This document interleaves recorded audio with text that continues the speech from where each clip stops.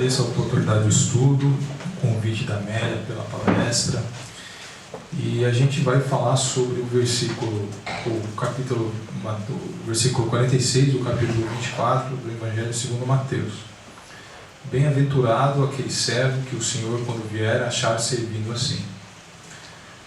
Para a gente tentar entender o versículo, no capítulo 24, Jesus ele começa saindo do templo de Jerusalém e relatando aos discípulos que o acompanhavam, falava que não sobraria pedra sobre pedra daquele templo. Sabíamos que depois de 60 anos realmente isso aconteceria. Logo depois ele se dirige ao Monte das Oliveiras e, junto com os seus apóstolos, que perguntam sobre a hora derradeira de quando realmente o Filho do Homem retornará, e ele relata todas as situações em que aconteceram logo depois, com os anos, em que apareceram muitos falsos profetas, onde existia guerra entre nações, e que aquilo não seria o fim, que de forma muito figurada ele fala que quando a hora derradeira chegar, que as tristes das mulheres que amamentarem seus filhos, relatando algumas situações de dificuldade do ser humano. Mas ele relata nesse versículo que aquele servo que o Senhor, nosso Pai, achar servindo a Ele, será bem-aventurado. E assim, é importante a gente saber o que é servir a Deus, o que é você se identificar com as palavras do nosso Mestre e traduzir isso para a sua filosofia de vida. Então, antes da gente tentar, é importante a gente tentar traduzir entre Deus e Mamon. Mamon é um espírito figurado que traduz em relação à parte material. E nesse capítulo ele traz, no Evangelho segundo o Espiritismo: nenhum servo pode servir a dois senhores, porque ou há de aborrecer um ou amar o outro, ou se prenderá a um e desprezará o outro. Vós não podeis servir a Deus e as riquezas. As riquezas, aqui ele disse, as riquezas materiais. Então, o recado é que, sim, nós precisamos das riquezas materiais para sobrevivermos. A questão é o quanto de valor nós damos a ela. Não é desprezar. No mesmo capítulo ele relata que não é desprezar muitas vezes a evolução profissional que você tem, a remuneração que você tem profissional, mas de como você valoriza e de como você utiliza aquilo. Isso faz parte do nosso mundo, mas é essencial a gente discernir o quanto nós valorizamos cada coisa. E Jesus disse aos seus discípulos, isso no mesmo capítulo: em verdade vos digo, que um rico dificultosamente entrará no reino dos céus. Ainda vos digo mais, que mais fácil é passar um camelo pelo fundo de uma agulha do que entrar um rico no reino dos céus. É importante a gente diferenciar duas coisas aqui. O caso do rico é aquela pessoa que valoriza a matéria, que se prende à matéria, porque existem muitas pessoas que têm posses financeiras e que não se afinizam diretamente com a matéria e buscam realmente uma valorização espiritual, né, nos seus afazeres, e não dá tanto valor ao que se tem. Em relação ao camelo passar pelo fundo de uma agulha, camelo pode se traduzir, na pesquisa que eu fiz, como um cabo mais grosso, que realmente é muito mais difícil passar por uma agulha fina quando o cabo é muito grosso. Então, dificilmente aquela pessoa que valoriza o dinheiro, que valoriza essencialmente a riqueza material, em detrimento das riquezas espirituais, conquistará o reino dos céus. O reino dos céus, a gente pode traduzir aqui também alguma felicidade, porque muitas vezes você pode ser feliz ou instaurar o reino dos céus enquanto nós estivermos aqui. não é só quando passarmos para a pátria espiritual, que a gente consegue já traduzir esse reino dos céus na nossa vida de hoje. Tem mais um trecho, né, nesse capítulo, onde um jovem rico, ele pergunta para Jesus como que ele conseguiria angariar a vida eterna. Aí Jesus disse: tu sabes os mandamentos: não adulterarás, não matarás, não furtarás, não dirás falso testemunho, não defraudarás alguém, honra de teu pai e de tua mãe.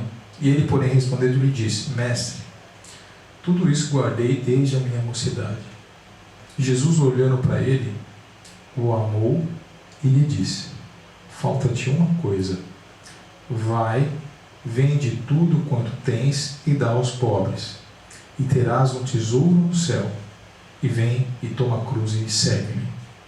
Mas ele, pesaroso dessa palavra, retirou-se triste, porque ele possuía muitas propriedades e estava atreladas a elas. Não conseguia se desvencilhar do poder financeiro que ele tinha. Eu, particularmente, acho que se Jesus chegasse hoje para mim e falasse: olha, vende tudo, vamos lá. Até hoje é difícil para a gente, né? Sair de casa, vender tudo que você possui e segui-lo. Será que a gente já temos essa capacidade de segui-lo, realmente de nos vencilhar de tudo que nós temos? Porque é isso que ele traduz para a gente. Nós ainda estamos muito presos ao que nós possuímos materialmente.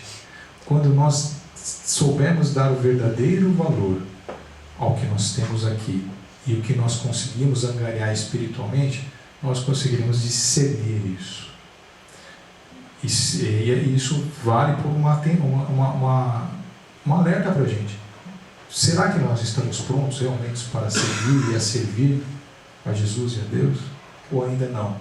Ainda estamos presos às nossas benesses materiais e dificilmente a gente vai se desprender disso. Esse livro é o livro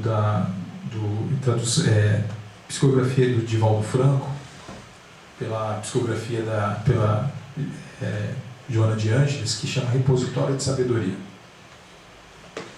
E assim ela diz: seja a honra de quem serve a satisfação de servir. Quem serve não se agasta com a ingratidão. Sai na direção do dia de sol para servir. Ama e corarás as horas de luz e adorarás o coração de interna aventura. Então, para quem já consegue perceber a satisfação de você servir e já entende que mesmo que você ajude alguém, que você ampare alguém e não houver uma reciprocidade, muitas vezes uma resposta positiva, você não vai se atingir pela ingratidão da pessoa. Porque quem serve de boa vontade, sabe que está tentando fazer o melhor para aquela pessoa ou para um grupo de pessoas. E a gente sabe também que a ingratidão ainda visita o coração humano. Não identifica a bondade quando ela existe. E quando você sai na intenção de servir, de praticar a caridade, o dia de sol, que você sai na direção do dia de sol, quer dizer que você sai em busca da luz, recheada de luz. E quando você serve, você ama e coroa a sua vida de luz e intensifica o seu coração de ventura, de satisfação, de felicidade. Quantas pequenas palavras, quantas pequenas frases que traduz tanta coisa para a gente. Aqui eu trouxe dos minutos de sabedoria do Pastorinho, que relaciona a amar e servir. Para você subir na vida, 2 degraus existem de suma importância. São representados por 2 verbos: amar e servir. Jamais desanime na escalada dos valores da alma. E procure em todas as circunstâncias amar e servir a todos e a tudo, para ajudar ao máximo o progresso do planeta, que o recebe tão generosamente, auxiliando-lhe a evolução. Então, ele faz a ligação do servir com amar. Você não consegue ser o bom servo se você não ama, se você não põe esse sentimento na sua atitude. E ele não desvencilha situações específicas onde você tem que agir dessa forma. Ele fala aqui que a gente tem que procurar em todas as circunstâncias, em todas as situações da nossa vida. E no final ele mostra a responsabilidade nossa, que a gente vai falar em outras passagens, da evolução do nosso planeta. A evolução do nosso planeta está diretamente, desde o versículo em que Jesus mostrou para a gente que quando o Senhor chegar e nós estivermos servindo a Ele, será bem-aventurada aquela pessoa. Porque essa é a pessoa que vai fazer evoluir o nosso planeta. Aquele que sabe servir e que sabe amar de forma sincera e plena. Não podemos desvencilhar esses dois verbos. Então eu procurei no Livro dos Espíritos se existe alguma que poderia me discernir como servir ou se não dá para servir. Então, nessa questão de 642, basta não fazer o mal para ser agradável a Deus e assegurar um futuro melhor? Não. É preciso fazer o bem no limite de suas forças. Porque cada um responderá por todo o mal que resulte do bem que não tiver feito. Então, não basta-nos a nós nos conformarmos em não fazer o mal. Existem várias situações no nosso dia a dia em que nós nos reservamos a possibilidade de não ajudar as pessoas porque ela não merece, ou porque ela precisa passar por aquilo. Não somos ainda capazes de julgar o que cada um tem que passar. Nós temos que aproveitar as oportunidades de realizar o bem.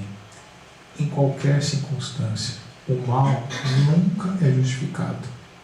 E a ausência do bem também, porque nós seremos cobrados por aquele bem que não praticamos.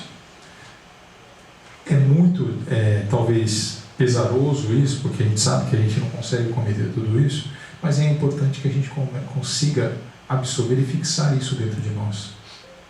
Pois ainda temos uma boa estrada pela frente. E a ausência do mal não quer dizer que exista o bem. Há pessoas que, pela sua posição, não têm a possibilidade de fazer o bem. Não há ninguém que não possa fazer o bem, somente o egoísta nunca encontra a ocasião. Bastam relações sociais com os outros homens para encontrar a ocasião de fazer o bem. E cada dia dá oportunidade a quem esteja cego pelo egoísmo. Porque fazer o bem não é somente ser caridoso, não é somente caridoso. É ser útil na medida de vosso poder, às vezes que ajuda, se fizer necessário. Então todos nós, mesmo aquela pessoa que você considera a pior do mundo, tem a possibilidade de fazer o bem. Que cada um carregamos dentro de nós. O início de tudo é o primitivismo, o nosso espírito primitivo, que é o laio de luz que Deus implantou dentro de nós. E o que não deixa nos praticar o bem é o egoísmo. Acreditar que a gente não tem capacidade ou que nós não é a oportunidade certa de fazer o bem. A oportunidade surge a todo momento. Basta nos aproveitar. Basta nos acreditar que a caridade é o melhor caminho para todos nós. E na medida do possível, porque a gente sabe que muitas vezes a gente não consegue.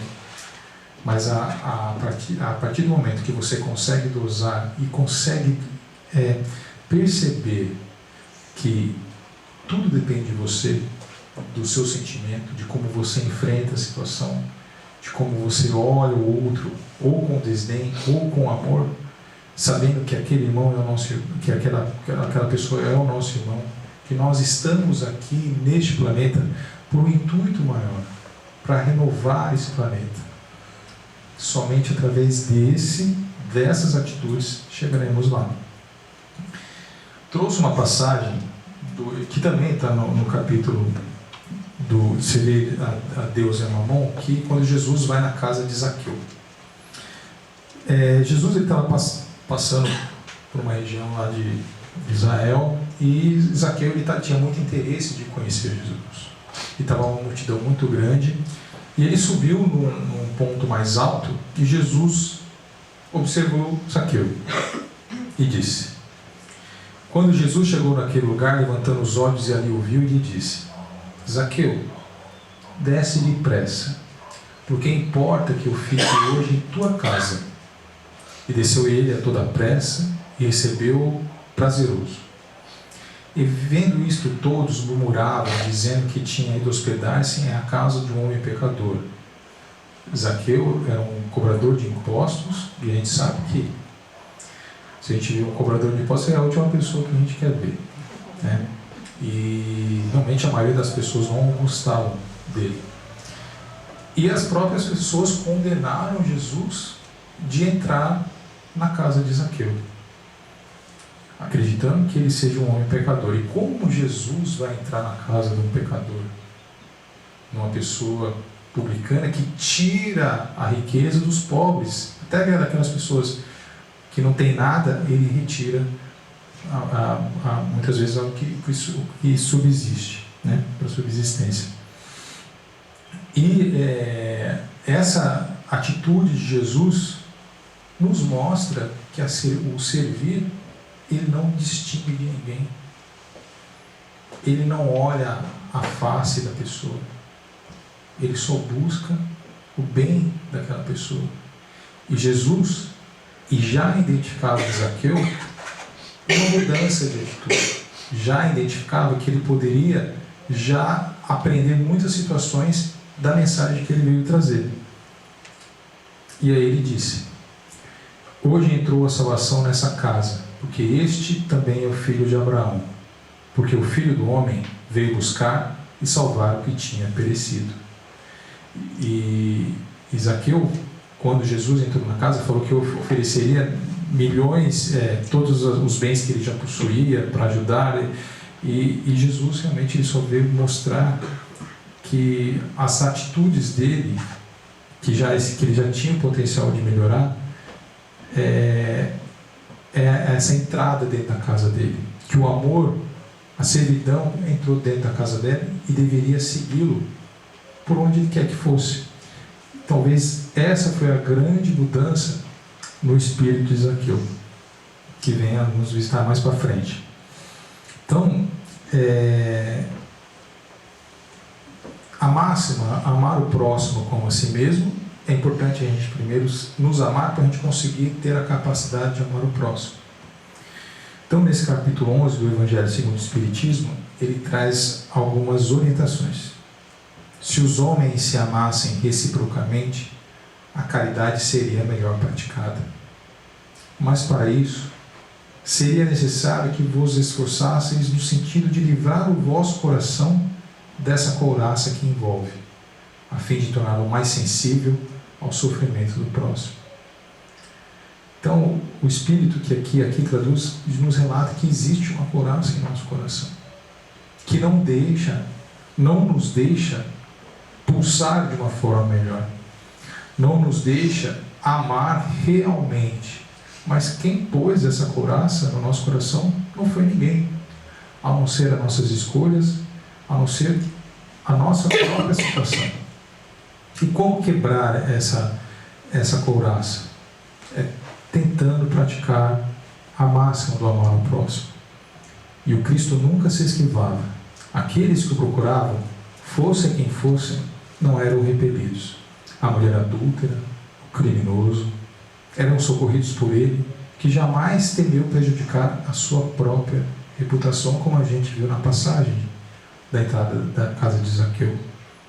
Será que hoje nós ajudamos sem julgar?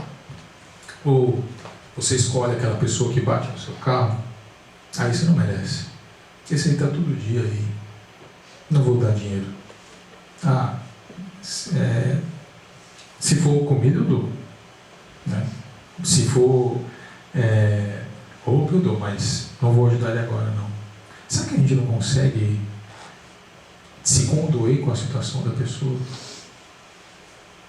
Eu me pego muitas vezes nessa dialética, né? Nessa dificuldade, ajudar ou não ajudar, abrir a janela do carro ou não. É uma escolha muitas vezes difícil, né? De você querer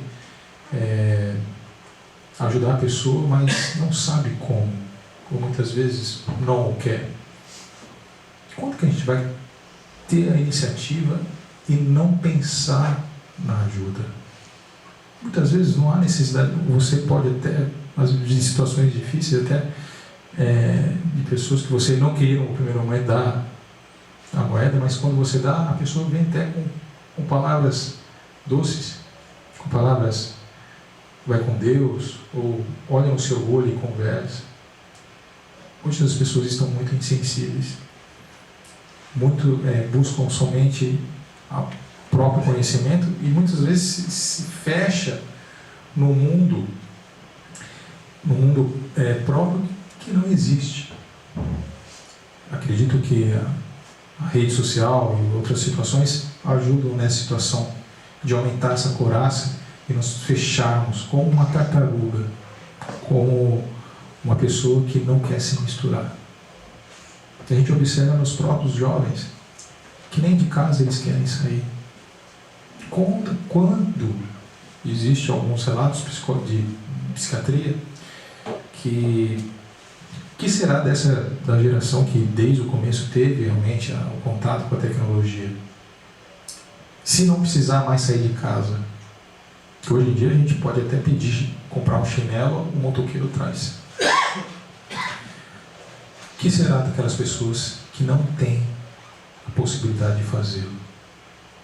Será que nós conseguiremos trazer a oportunidade de ajudar através do celular também? Utilizar essa tecnologia para o bem ou só para o nosso próprio bem? São coisas que a gente precisa pensar.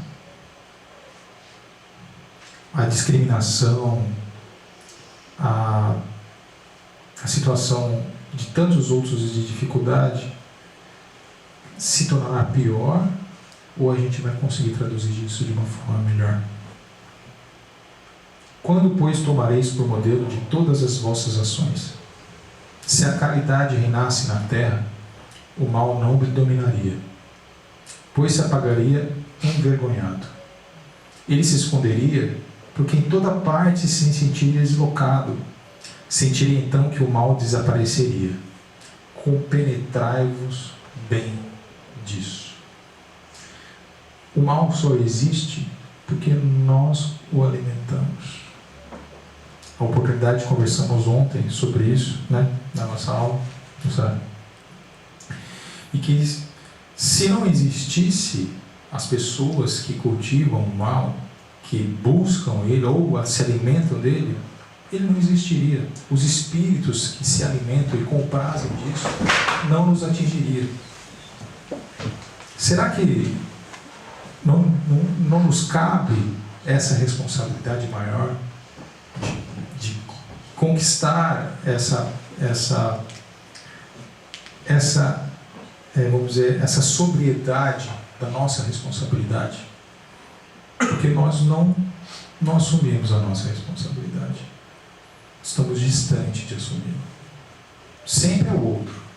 Há o outro que faz aquilo, é o outro que machuca alguém, porque ele não fez ali. Sempre é o outro. Nós não nos observamos, nós não nos julgamos. Talvez nem deva se julgar, porque a gente não tem capacidade de realmente sermos perfeitos, mas temos que perceber a nossa responsabilidade de mudar o mundo, como o pastorinho falou, como Deus espera, quando Ele aqui retornar, Jesus voltar, e observar que a gente serve de forma adequada, serve a Deus, ama o próximo. Só temos que nos compreender nessa situação. Seria então que o mal desapareceria. A responsabilidade é de cada um de nós. Começar a dar o exemplo vós mesmos.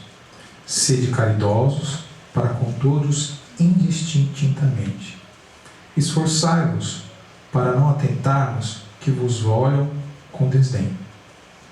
Deixar a Deus cuidar de toda a justiça, pois a cada dia no seu reino Ele separa o joio do trigo.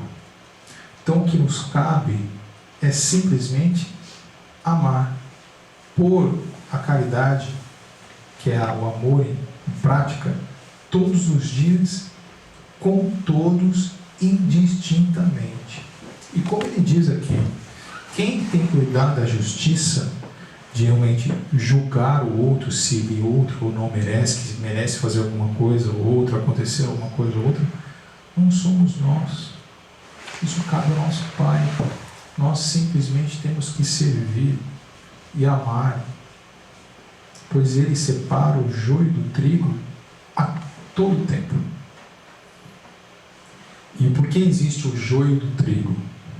O joio é para que o trigo se torne mais forte, para que ele realmente mostre a sua força e consiga realmente crescer e se desenvolver. No caso nós, o trigo, nós evoluímos espiritualmente. Essa passagem do Marcos capítulo 10 diz basicamente sobre o Filho do Homem, que no caso é Jesus. Mas Jesus, chamando-os a si, disse-lhes: sabeis os que julgam ser príncipe dos gentios, deles se assenhoriam e aos seus grandes usam de autoridade sobre eles. Mas entre vós não será assim. Antes, qualquer entre vós quiser ser grande, será vosso serviçal. E qualquer dentre vós que quiser ser o primeiro, será servo de todos. Porque o Filho do Homem também não veio para ser servido, mas para servir e dar a sua vida em resgate de muitos. Então ele aqui diz: aqueles que se consideram melhor que os outros, que se usam da sua autoridade sobre eles, não são vocês, discípulos de Jesus, apóstolos, meus mensageiros.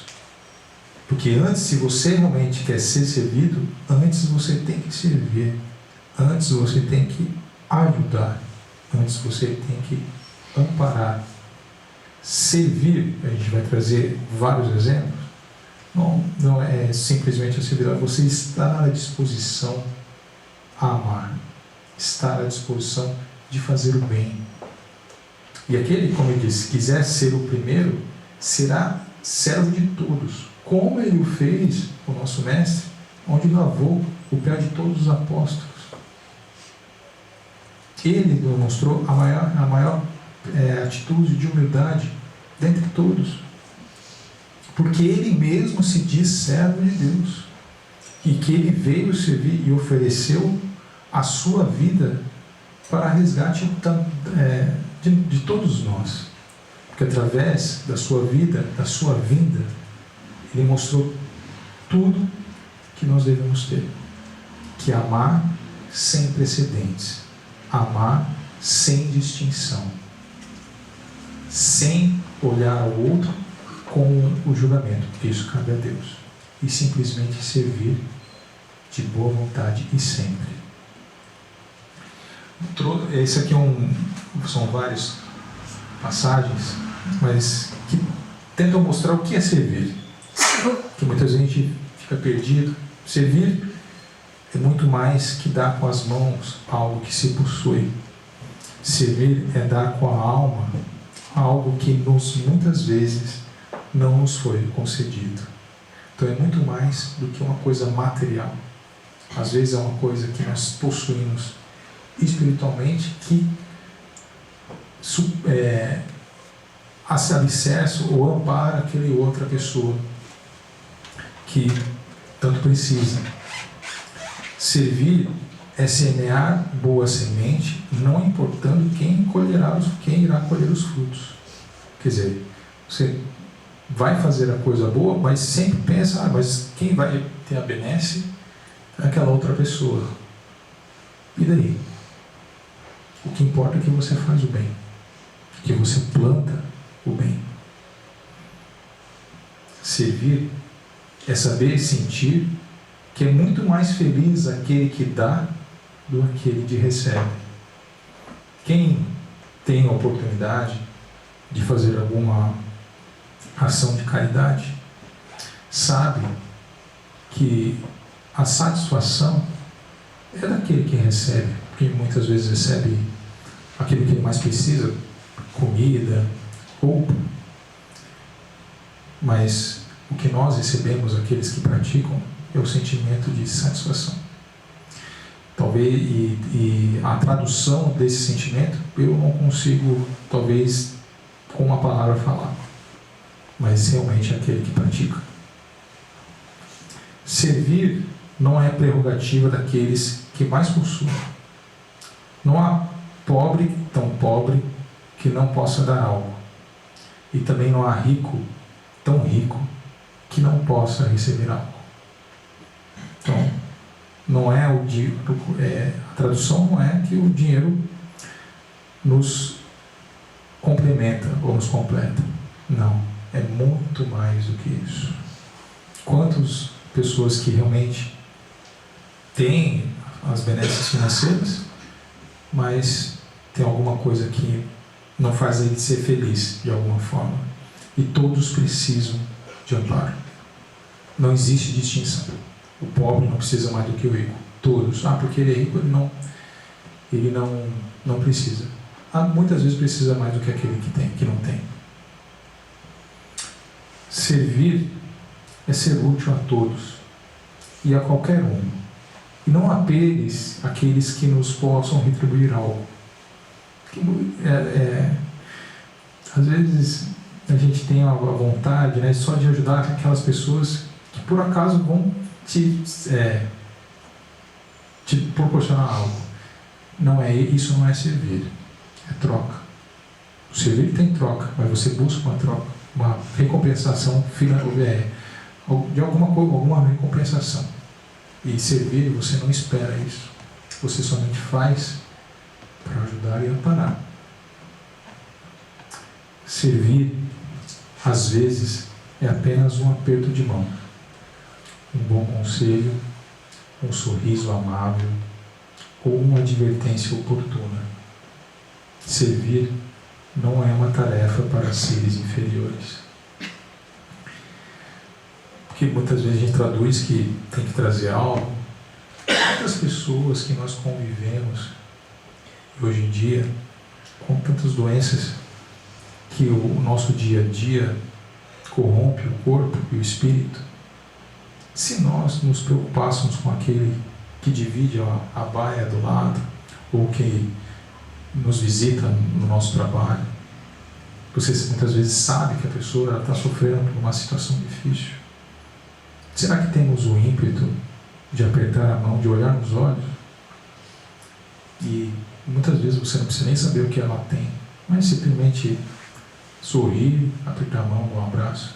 E às vezes a pessoa ela traduz de forma muito copiosa uma situação tão difícil que a gente vive. E ainda mais nas situações onde há muitos jovens, situação de abreviar a vida precocemente. Será que com isso a gente conseguiria amenizar essa situação tão difícil que é muito atual no nosso dia a dia? A pressão de várias situações do dia a dia, onde a cobrança de sucesso, ou muitas vezes para que ele evolua aconteça. tenhamos mais caridade e seremos mais irmãos daqueles que convivem conosco. Seremos servos intensos e servir não é tarefa para seres inferiores. Deus que tudo criou e que tudo nos deu é o seu maior servidor, pois Ele aqui nos criou, estamos aqui nesse planeta e nos proporcionou tudo isso. Será que nós temos a capacidade de retribuir de forma realmente verdadeira?